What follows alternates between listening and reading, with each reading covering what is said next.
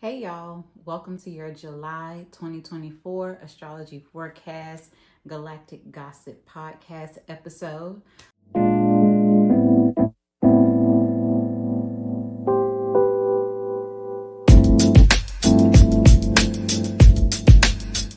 So this month is going to be providing us with transformation, inspiration, and the opportunity for deep introspection. Now, while we are navigating this energy, it's going to be very important that we maintain a sense of calm and groundedness, especially with Saturn stationed retrograde just recently and going into the month of July. That's going to be key, okay, with everything that's coming our way.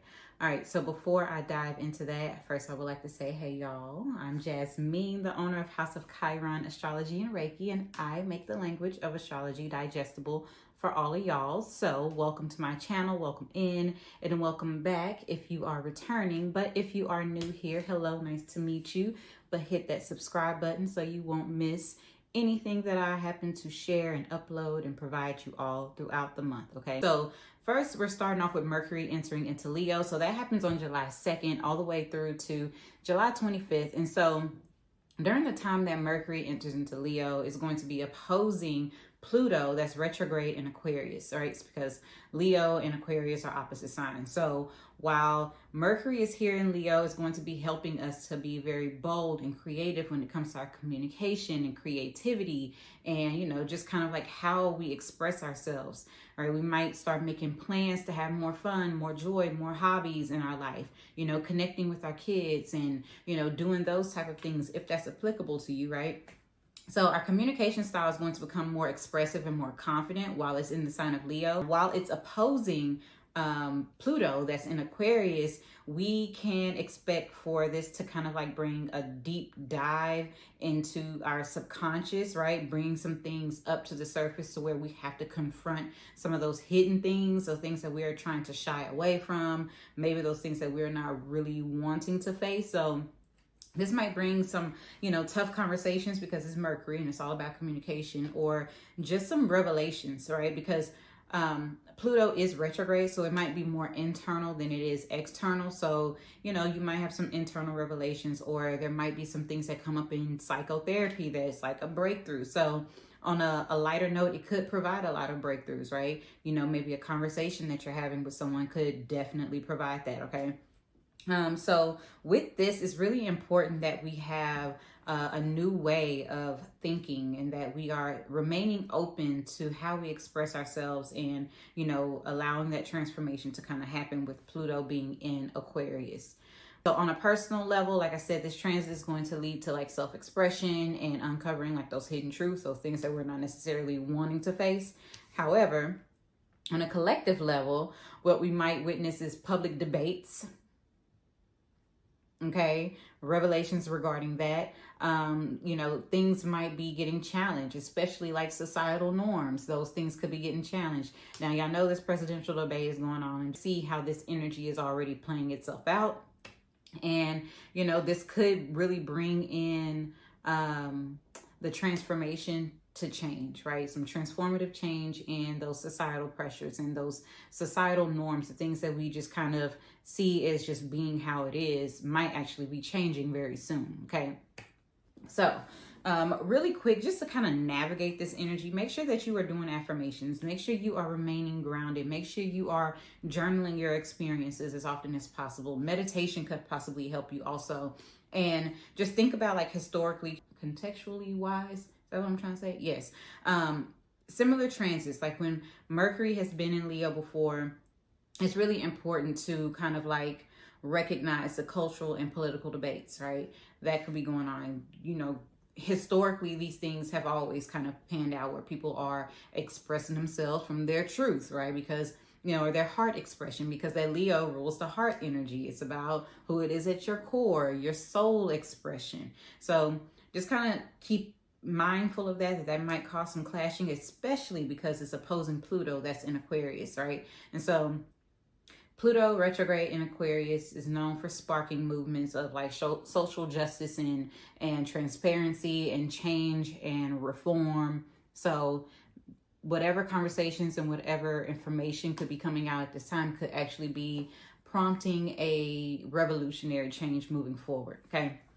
So moving on, we also have on July 2nd until December 7th, Neptune is stationed in retrograde at 29 degrees Pisces. So Neptune is almost done with Pisces, okay? It's at the very last degree. So it's been at the anaretic degree for quite some time now.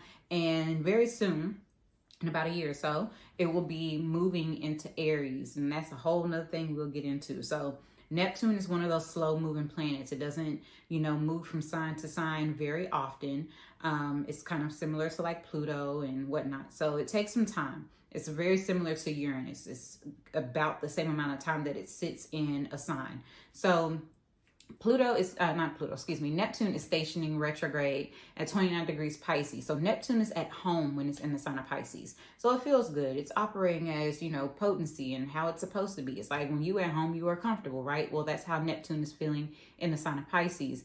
And when you think about what both of these energies kind of harness, it's all about spirituality. It's all about, creativity and connecting, and that universal connection. It's about the collective energy. It's about the humanitarian energy also. It's about on a higher level, it's about how can we help others and serve others and heal others. It's all about healing and spirituality. Now on a lower octave, what this can do is also kind of create that martyr energy where you are this self-sacrificing energy, or you are the sacrificial lamb, so to speak. So Neptune's retrograde through Pisces is going to really bring forth on an internal level, how far we have come in our healing journeys, spiritual wise, what our spiritual connection is, creative wise, right? So also dreams and spirituality, our beliefs, our subconscious patterns could be coming to the surface. There might be some things that we're recognizing.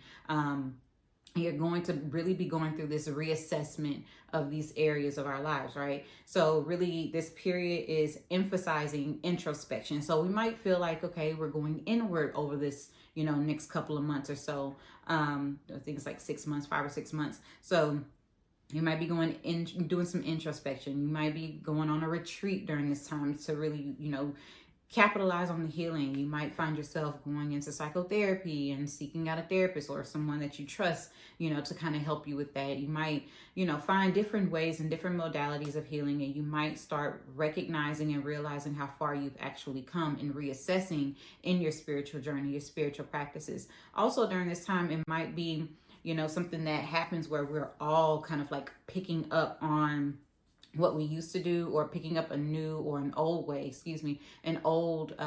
spiritual ritual that we used to do, or our own regimen when it comes to spirituality and healing and what that looks like for us. So just kind of keep that in mind. Now, also, when Neptune is retrograde, it dissolves the veil between the conscious and the subconscious, right? So the dream world and, reality. And so it helps us to really manifest what we're trying to create more so, especially with Saturn also being here in Pisces and it's retrograde at the same time.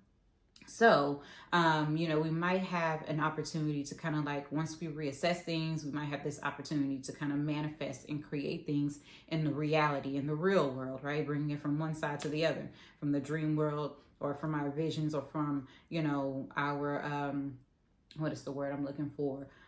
Imagination into reality, right? Manifestation, so to speak. So just kind of keep that in mind. And also that Neptune allows us to kind of see through deceptions, especially when it's retrograde. So those things, those deep truths, along with Saturn being retrograde, could be coming to the surface. Karma is going to be getting dished out, and karma doesn't necessarily mean it's a bad thing. So just kind of keep that in mind, that these things could be bringing secrets up to the surface, whether it's on an individual, personal level, or collectively. We could be seeing this, worldwide, where things are coming up and our intuitions are going to be heightened during this time. So it really makes a wonderful time to explore mystical and artistic pursuits, because, Neptune and Pisces has that creative flair to it also. All right. So like I was mentioning, individually, we are really going to be called to reconnect with ourselves and our spiritual practices. So we might find ourselves kind of like picking up a spiritual practice that we once put down, kind of, strengthening that, connecting with spirit and, whatever entity that you honor. And then collectively, this transit might bring about a reassessment of like societal ideas. So keep that in mind. Like I said, this debate is bringing a lot of things, a lot of revelations up to the surface. If you are looking to capitalize on this Neptune retrograde energy, get a Reiki session. Do some meditation.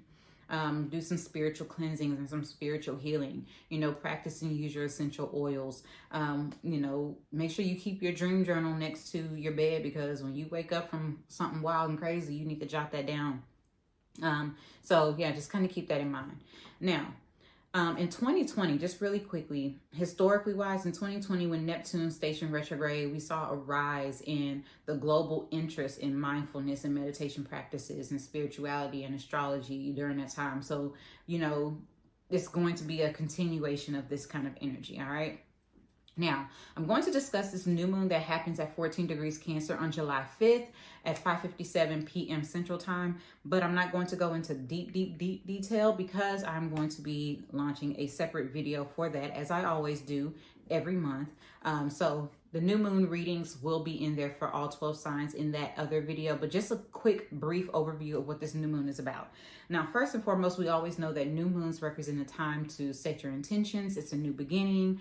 We are able to take stock and set intentions to manifest something new, right? And in this case, it's in the sign of Cancer. So that has a lot to do with home, homestead, your family, your sense of security and safety, the things that make you feel comfort, your self-care, things along those lines. So setting intentions related to that is going to be ideal under this new moon.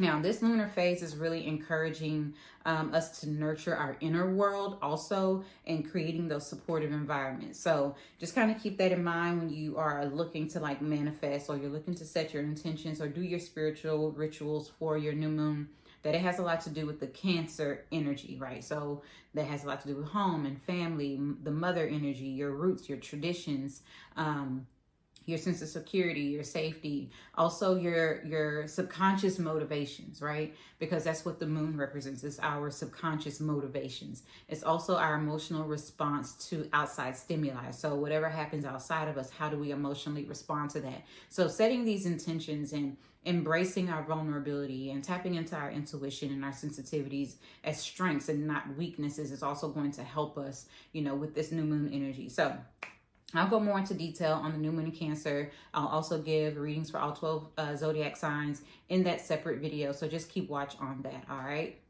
Now we're moving on to Venus as it enters into the sign of Leo. So Venus is leaving Cancer. It's been feeling good in Cancer. It's been all lovey-dovey, loving being at home, all that good stuff.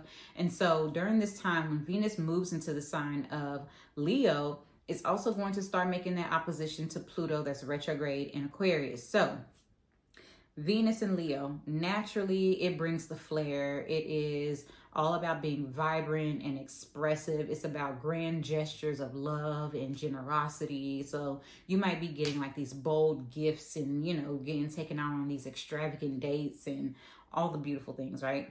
Love that. It's very passionate energy. However, is going to be opposing Pluto. So we got to be careful of possessiveness and control dynamics when it comes to our relationships, as well as within our money, right? Because Venus rules finances, but it also rules our value. So the things that we value, wanting to hold on to something, not necessarily because we value it, just because it's a norm or it's, popular or trendy, because it's Venus and Leo.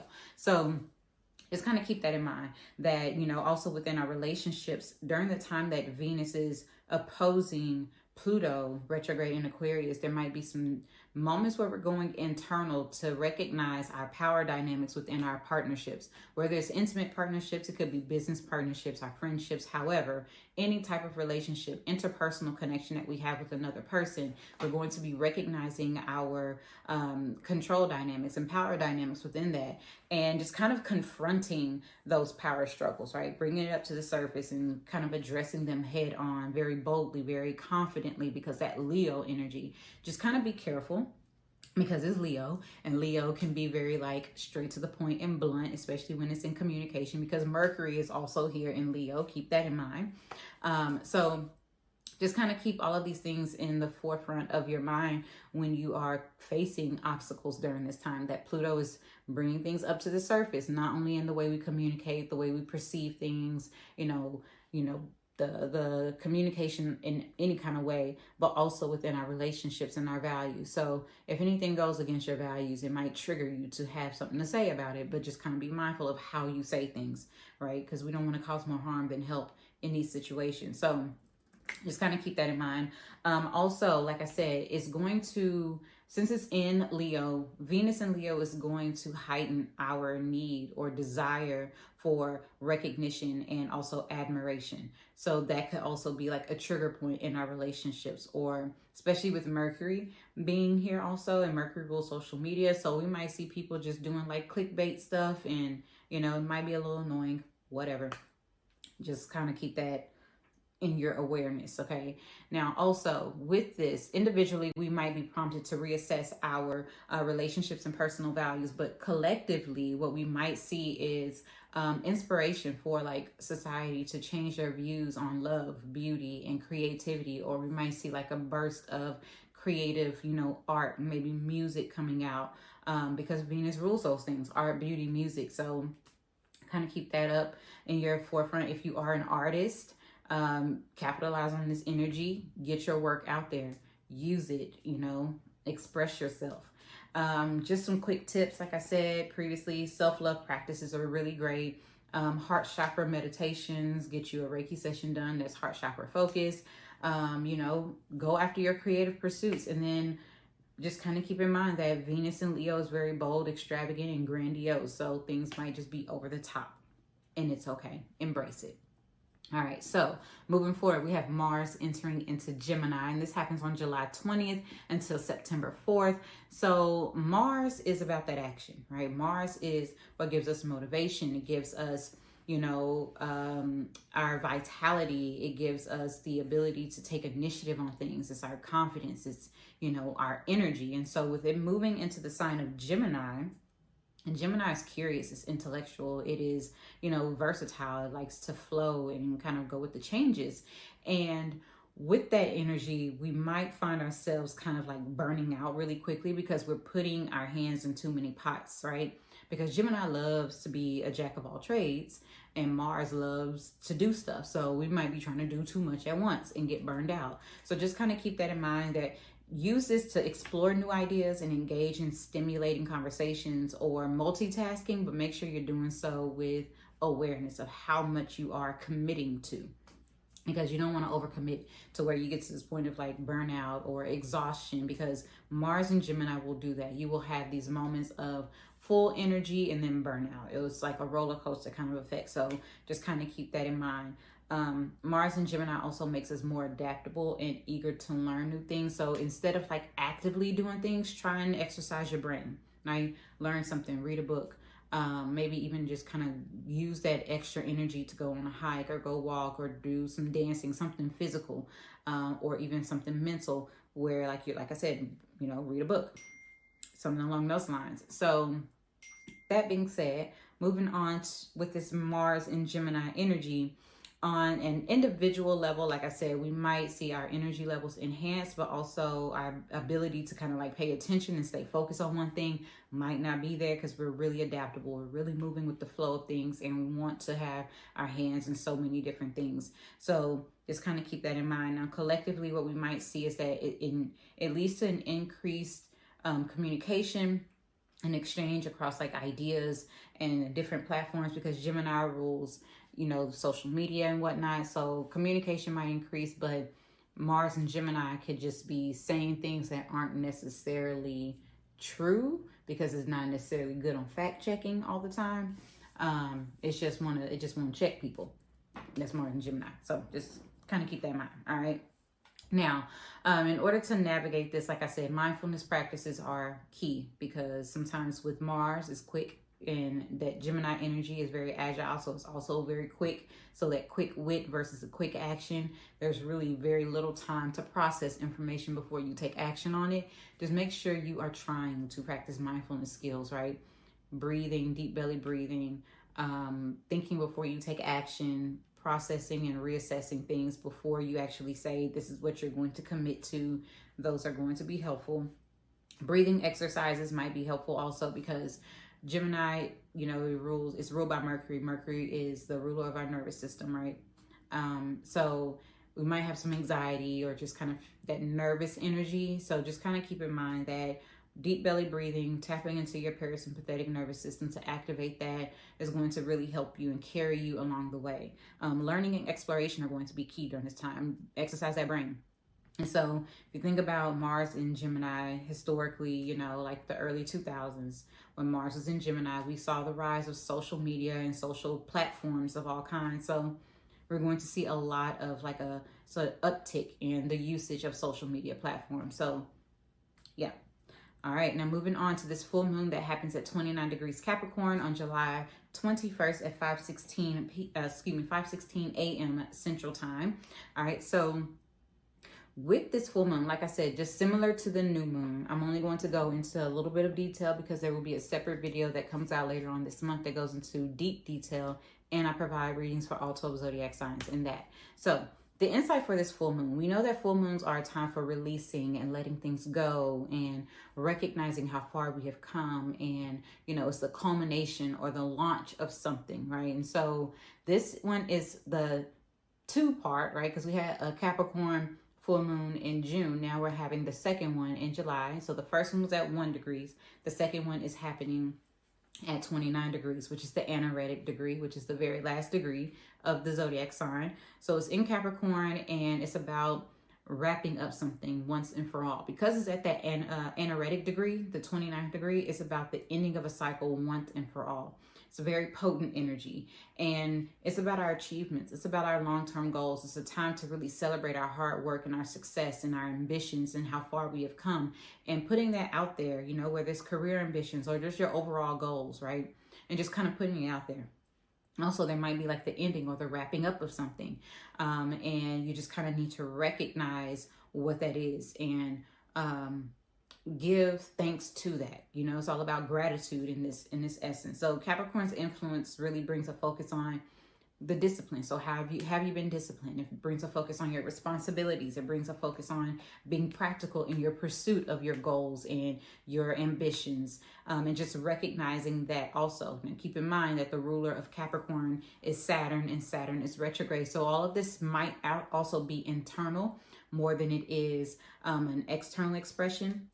Especially with, you know, Saturn being retrograde, dishing out karma and things. So if you've been working really hard on something, you could be reaping the benefits of your hard work during this full moon. So there you go. Just make sure that you are recognizing how far you've come, so that way you can make the necessary adjustments that you are being guided to make in order to move on with your plans, in order to achieve that next level or those next steps. Okay. Now, individually, like I said, professional, personal aspirations, you're recognizing that, but collectively what we might see is the emphasis of importance on societal structures and progress, or really regression of that, right? How are we going backwards? We can see that in political views of things like what's happening here, right? Like I said, Saturn is retrograde.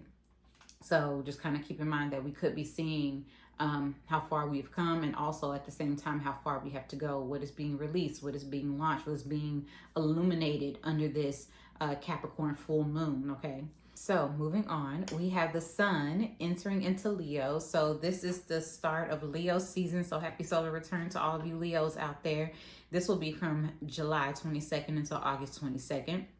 And so the sun is going to be shifting our focus to more fun, more joy, more hobbies, more being yourself, tapping into your vitality, tapping into the things that bring you joy, you know, connecting with your kids, connecting with your inner child, you know, healing those things, maybe even doing things that you once did when you were a kid and bringing that back to the surface. So, you know, the sun rules Leo. And so this month is really going to bring a month of like creativity and joy and just self-expression in general. So tap into that, let your soul shine.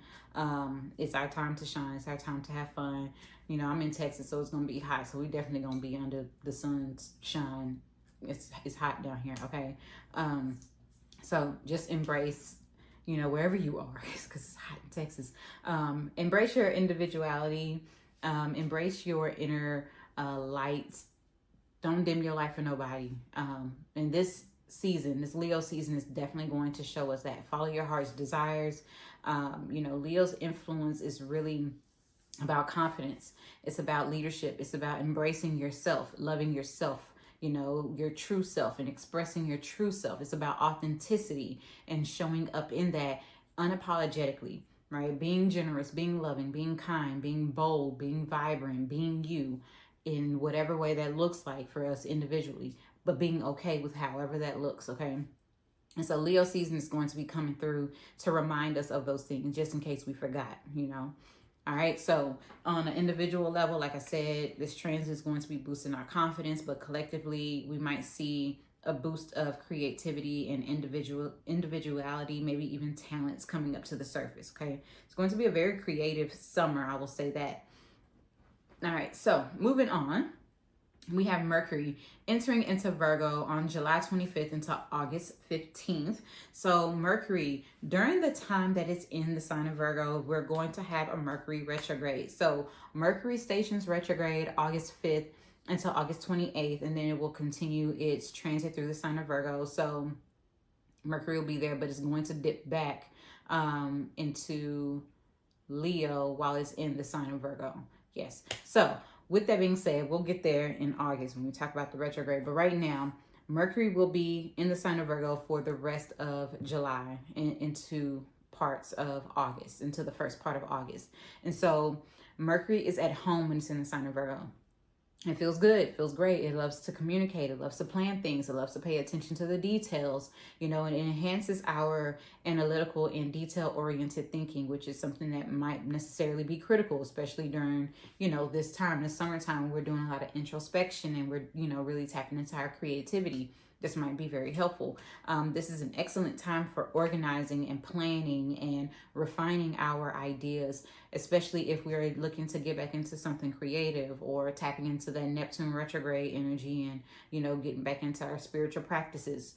This might be helpful to help us plan that out. Okay, so Virgo's influence is really going to bring that meticulous and practical approach to how we do things. And keep in mind that Virgo and, you know, that Mercury energy is the ruler of like the 6th house, right? So it's like health and routines and, you know, your day-to-day habits, your diets and things of that nature. So kind of like maybe we're going to be planning a diet, maybe we're going to be planning a workout routine, or just getting our schedules together, whether it's with work. The work that we provide to other people is more social work, right? So that's that Virgo energy. And so it's going to prompt us to really take these things into stock, but also when it stations retrograde, to review, reassess, and revise our plans when it comes to these mercurial themes. So whether it's education, work, routines, health, however. So just making sure that everything that we're doing is very grounded and very practical, because that is the Virgo way. Okay, now individually, this is going to aid us in practical problem solving and meticulous work. However, collectively, this is going to emphasize the efficiency that we need in order to have clarity in our communication, clarity in our plans, and the different systems that are out there, right? So the societal systems. All right, so to navigate this, organization, organize, right? Organize your practices, organize your day, organize your routines, because we might have a little bit of overwhelm that could be happening, and we want to do all the things because Mars is in Gemini. Keep that in mind. And so we might want to do all the things, but this Mercury in Virgo energy is going to help us with assessing what is important, what to prioritize, and how to structure those things. Okay, make sure that you're paying attention to detail, right? Detailed work. Make sure you are in preparation, you're preparing appropriately. And so just kind of keep all these things in mind, that you're tapping into that Virgo energy in the best way possible, so that way you're not burning out or getting overwhelmed or not doing what is absolute necessary. All right, so last but not least, I want to talk about Chiron. Of course I do, because I'm House of Chiron. So Chiron will be stationing retrograde at 23 degrees Aries at the end of this month on July 26th until December 29th. So we have about a good 5 months of Chiron retrograde. So we're going to be reviewing, reassessing, and reevaluating the healing that has occurred when it comes to our wounded self-identity, when it comes to our individuality, when it comes to our self-worth, when it comes to our ability to be confident in the things that we are pursuing and going after. So it's really about self-reflection. It's a lot to do with, if we need to seek therapeutic practices, to promote personal healing, or, whatever it is, just kind of reevaluating how far we have come in our healing and understanding who it is that we are and being confident with who we are in order to take the initiative to go after what we want. So Chiron is going to pause for a moment. It's going to, spin the block, and it's going to say, hey, reassess how far we've come. Reassess what we've learned so far about ourselves. Reassess the self-love and the embracing that we have endured over these last 6 or 7 months or whatever. So keep that in mind, that it's in Aries, right? So Aries is about the head, it's about the body, right? First house is about our image, it's about our ability to initiate things. So we might even see hey, do I have the wardrobe that I want, right? Am I being seen how I want to be seen, and taking all these things into account. So yeah, it's a time for embracing our vulnerability also, because that Chiron energy can make us a little tender. And like I always tell people, if you go to my Chiron series, you can actually go and watch that during this time if you want more insight on your personal Chiron, and Chiron being in Aries.